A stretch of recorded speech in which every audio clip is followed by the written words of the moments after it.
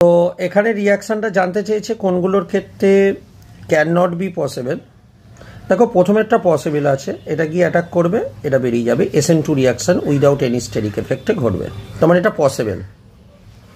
এটা পসিবল না, কারণ ব্রোমিনের লোন পেয়ারটা এই রিংয়ের মধ্যে রেজোন্যান্স করে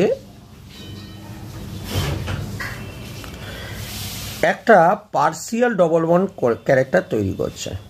এই যে ডবল বন্ডটা হচ্ছে কি হচ্ছে, একটা পার্সিয়াল ডবল বন্ড। কারণ রিংয়ের মধ্যে যদি এমন কোনোটা দেখো ফিনাইল রিংয়ের সঙ্গে কোনো হ্যালোজেন অ্যাটাচ আছে, সেটা ফ্লোরিন, ক্লোরিন, ব্রোমিন, আয়োডিন যাই হোক, এটা রেজোন্যান্স করে এই যে জায়গাটা, এটা একটা পার্সিয়াল ডবল বন্ড তৈরি করবে। বুঝতে পারছো? তাই জন্য এই রিয়াকশানটা কোনোভাবে পসিবল না। তারপরেরটা পসিবল নয়, তার কারণটা দেখো, বেসিক্যালি এই যে উইলিয়ামসন রিয়াকশান, এটা তো একটা SN2 রিয়াকশান।